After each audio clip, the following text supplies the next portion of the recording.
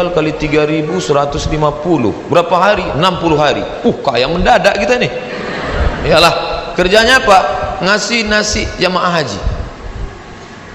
Cuman ngasih nasi aja. Iya, ngasih nasi 150. Oke. Begitu sampai barulah kami tengok, rupanya satu hari 10 kloter.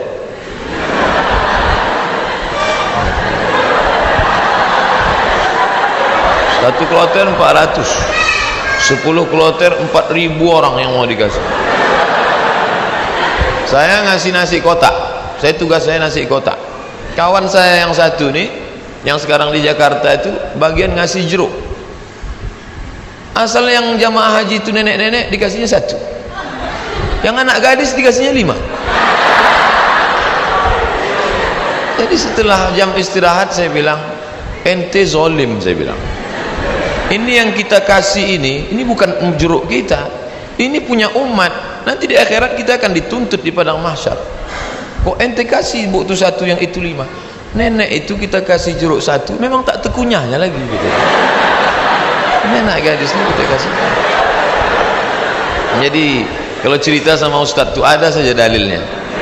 Jadi saya kalah dan dia sekarang alhamdulillah setiap saya pergi haji, pergi umroh kemarin di King Abdul Aziz itu saya foto. Habis itu saya kirim ke kawan-kawan dulu, ingatkah di kau wahai kawan 20 tahun yang lalu kita di sini.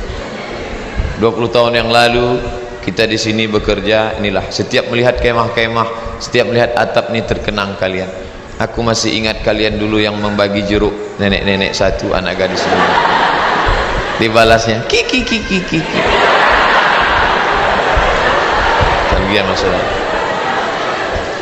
Sekarang jamaah-jamaah haji ini sombong. Jamaah haji ini tak semuanya hatinya baik, banyak juga yang sombong. Menengok kita kerja, nampaknya berkeringat berpuluh, sepele nengok kita. Panggilnya, sini bentar. Ya Pak, sudah lama jadi TKI. TKI bukan hina. TKI itu pahlawan devisa. Saudara-saudaraku yang bekerja menjadi TKI di Hong Kong, di Singapura, kalian pahlawan devisa. Tapi orang menyepelekan kalian. Kalian mencari makan di negeri orang lain, padahal di negeri ini sumber makanan. Kenapa? Makanan itu dicuri orang.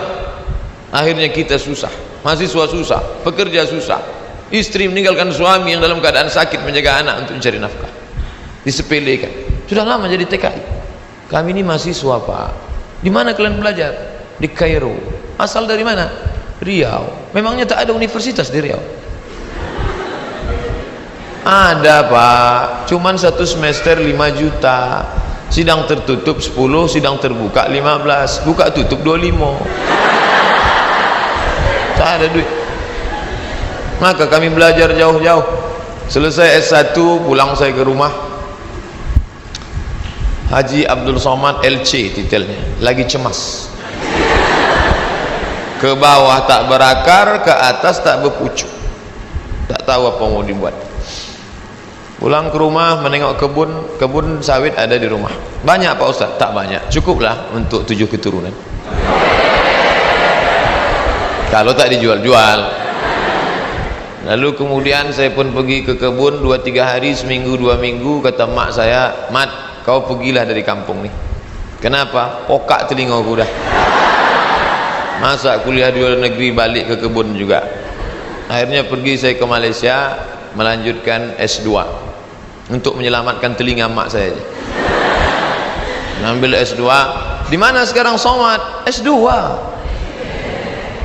Negeri ini tidak menghormati ilmu. Sampai di Malaysia jumpa sama kawan-kawan dulu yang sama sekolah. Engkau di mana sekarang nih? Aku ambil master lah. Subsidi rumah, subsidi beasiswa, subsidi, semua dapat subsidi. Kita di mana? Di parkir motor di tempat yang jauh. Begitulah keadaan. Padahal sama-sama orang Melayu, bahasa kita sama, bentuk kita sama, hidung sama-sama jongkok. Tapi nasib dia tegak, kita sujud terus. Itu yang terjadi. Saya kuliah di UKM, Universiti Kebangsaan Malaysia. Banyak orang nanya saya, kenapa tak ambil UIA? Kenapa tak ambil IIU, International Islamic University? Kenapa tak ambil Malaysia? Kenapa tak ambil UM, University Malaya? Kenapa ambil UKM? Dia tak tahu di UKM tu bisa ngutang. Tapi saya tak selesai karena saya pemburu beasiswa. Tiap hari searching, browsing, mancing, launching. www.google.com beasiswa pakai bahasa Arab, minhah dirasiyah, enter, dapatlah peluang beasiswa. Dan saya selalu masuk di warnet Fakultas Sains di UKM. Saya tak mau di fakultas saya, FPI namanya, Fakulti Pengajian Islam. Saya masuk ke Fakultas Sains karena di situ internetnya gratis. Dan orang Malaysia itu tak tanya-tanya, ditengoknya muka saya pula, muka-muka anak sains kan.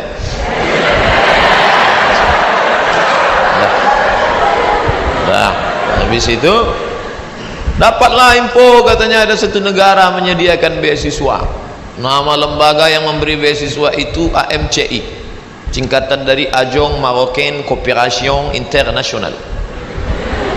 Akhirnya saya ajukanlah proses doa minta ampun. Biasanya saya doa gini aja, tapi untuk beasiswa aja. Ya Allah, minta tolong aku. Mau balik ke kampung aku tak sanggup, telinga udah pokak. Mau balik ke Riau kerja tak ada siapa yang mau menolong.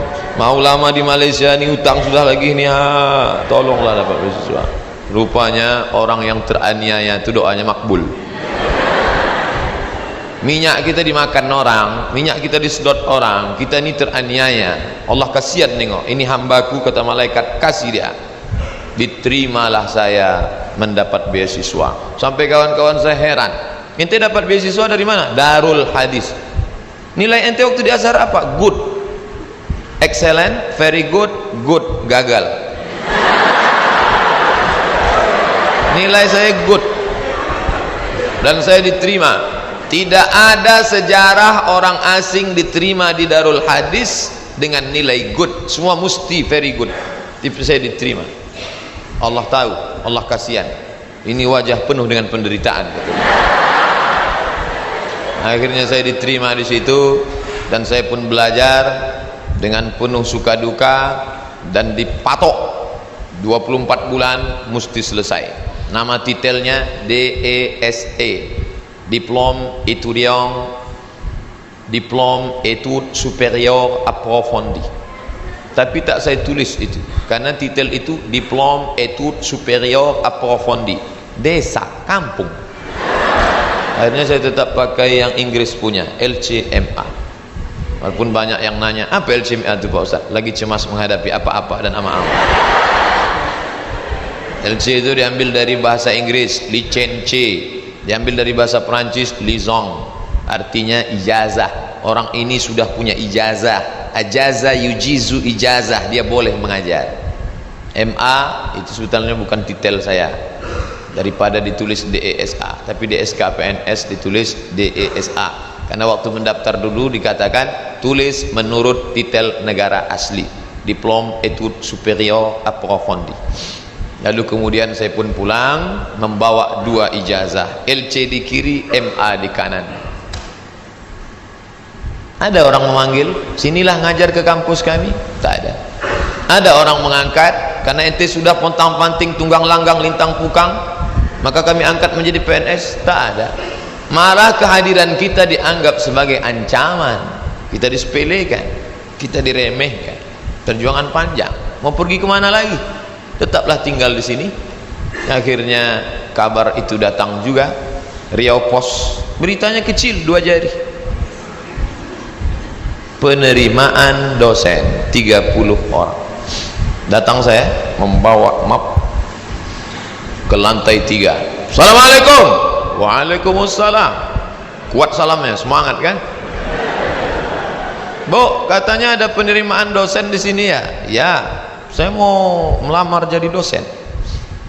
Kata ibu tuh, Pak, kalau mau melamar jadi dosen harus S2. Tak yakin dia saya S2. Bondok saya buka atas saya tunjukkan ijazah saya. Tengok. Tengoknya, apa ini kata dia? Rupanya tak bisa dia baca. terus Arab semua. Datang pegawai dari dalam, atasan dia, coba tunjukkan ke yang di dalam. Tunjuk, dibacanya, tengoknya, siapa yang punya ijazah ini orang. Abdul Somad, guru saya dulu. Kemana aja ente hilang selama ini? Hilang kata dia saya. Akhirnya setelah melewati proses panjang, ini fotokopi, saya mau jadi dosen pak, fotokopi ijazah, transkrip nilai, legalisir, semua oke, sudah pak. Ada lagi yang belum somat. Apa pak? Surat kesehatan dokter. Ragu dia saya sehat, saya kurus. Tak tahu dia saya tahan tegak lamanya. Pergilah saya ke puskesmas Jalan Harapan Raya sebelah kanan, masih ingat saya tempatnya sekarang. Sampai ke situ, assalamualaikum bu, waalaikumsalam, saya mau ngurus surat sehat. Ya sebentar ya. Tak lama sudah itu datanglah bidan, baju putih, jilbab putih, rok putih, membawa balon warna hitam kecil. Kosong. Sebentar ya pak ya. Iya, katanya mau memeriksa detak jantung. Memang jantung saya tak normal detaknya waktu itu. Cantik pula bidan tuh. Itulah, periksanya lah. Habis itu keluarlah, buatnya sehat. Anda sehat, ini suratnya. Saya mau cepat balik, saya tariklah surat itu. Saya menarik, dia menarik.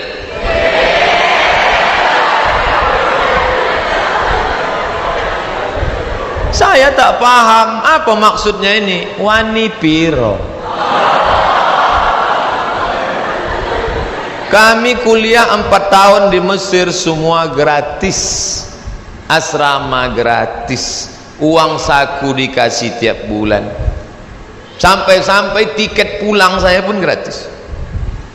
Mesir itu bukan kaya macam Saudi Arabia, dia tak ada minyak, miskin Mesir itu, tapi bisa membiayai kami anak Indonesia 100 orang setiap tahun, dan yang kuliah di sana 74 negara. Fir'aunnya Husni Mubarak, terserah mau ngejek dia jahat, yang penting saya gratis kuliah 4 tahun dari Al-Azhar itu, walaupun bukan tanah dia, tapi itu dari wakaf Al-Azhar. Negeri ini kaya, gemah ripah loh jenawi, tongkat dan batu jadi tanaman. Di Mesir kalau diletakkan tanaman itu mesti disiram dengan air baru tumbuh. Di tempat kita campakkan aja batang ubi itu ke belakang, tengok besok pagi betunas, walaupun sungsang. Ini negeri luar biasa, tapi orang belajar. Berapa banyak orang tua di negeri ini mau memasukkan anak sekolah SMP pun tak sanggup. Daftar ulang 14 juta. Doktor, dosen, golongan 4D ngobrol ke saya hati ke hati, aku tak sanggup menyekolahkan anak ini Ustaz Somad. Baru 2 yang sekolah, belum kuliah lagi. Mau jadi apa ke depan?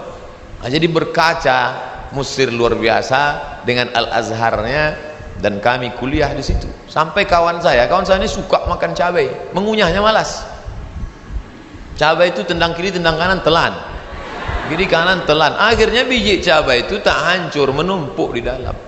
Ini ada usus kecil, usus buntu, begak cabai, busuk di dalam. Kalau sampai meletup, bam, big bang, mati.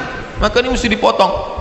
Akhirnya dibelah sedikit, dipotonglah ujung usus buntu tadi. Biaya operasi 3.000 pon kali 2.000 perak, 6 juta.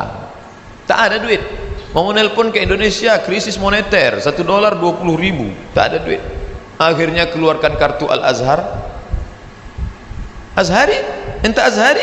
Azhari maksudnya ente taman orang Al-Azhar? Ya, gratis. Sakit gratis. Di negeri Fir'aun sakit gratis. Di negeri kita sehat bayar. Tapi tidak saya ceramahi orang puskesmas itu. Takkan pula mungkin saya assalamualaikum warahmatullahi. Karena saya mau cepat, saya keluarkan aja duit 25.000. Nah, ambil lah tuh. Pergi saya. Pergi saya urus, dah selesai. Pak, ini surat sehat. Ada lagi yang belum somat. Apa pak?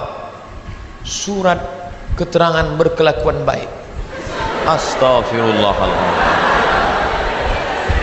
Orang sesoleh ini diragukan juga kan? Gimana? Saya bolak-balik lah sudah masuk berbagai negara. Tak berapa negara sudah saya lewati. Tidak ada pemeriksaan yang saking ketatnya, ketat luar biasa. Cobalah tengok, kita mau masuk pesawat berapa kali mesti buka dompet untuk tengok KTP. Emangnya kita ini teroris? Di Malaysia tak begitu, betul? Nggak gitu-gitu amat sih, kata orang yang lama di Jakarta. Tapi apa boleh buat? Dia khawatir, saya urus surat bahwa saya bukan teroris. Saya bukan teroris, saya seorang pelajar muslim yang mendapatkan beasiswa, dan saya pulang membawa ijazah. Saya mau mengabdikan ilmu saya, tidak ada urusan lain. Saya tak ingin merobok-obok negara ini. Saya tidak ada hubungan dengan jaringan internasional. Saya cuma mau mengajarkan ilmu, memperbaiki. Alhamdulillah diterima. Ikutlah tes dosen dengan berbagai macam lika-liku. Pokoknya hidup ini penuh dengan ujian. Jadi kalau adik-adik, ujian apa? Ujian MIT Pak Ustaz. Habis MIT apa? Ujian UAS Pak Ustaz. Habis ini ujian apa? Ujian ini skripsi Pak Ustaz. Habis ini apa? Promo Pak Ustaz. Kenapa hidup ini penuh dengan ujian? Dunia adalah tempat ujian. Berani menghadapi dunia, berani menghadapi ujian. Takut menghadapi ujian, jangan menghadapi dunia. Takut menghadapi dunia, mati aja. Belum sampai masanya mati gimana Pak Ustaz? Kalau nampak jenazah lewat, ikut. Itu apalagi hidup di dunia.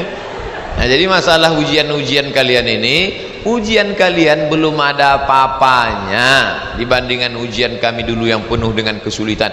4 tahun gak jumpa orang tua, itu luar biasa. Ustadz aja yang bilang luar biasa, orang saya yang merasakannya kok. Saya nggak nengok muka emak saya 4 tahun, sampai lupa saya muka emak saya itu macam mana. Saya ingat 4 tahun. Ditengok muka emak orang Arab tak sama. 4 tahun saya tak jumpa. Berangkat 2002, berangkat 1998 5 September, pulang 2002 bulan November. Tapi saya sudah menyelesaikan kuliah di bulan Juli. 3 tahun 10 bulan selesai S1 saya. Pulang. Makanya sekarang kalau saya nengok mahasiswa, langkah gontai, gaya nyantai. Ente semester berapa? Ente semester berapa? 14 Pak.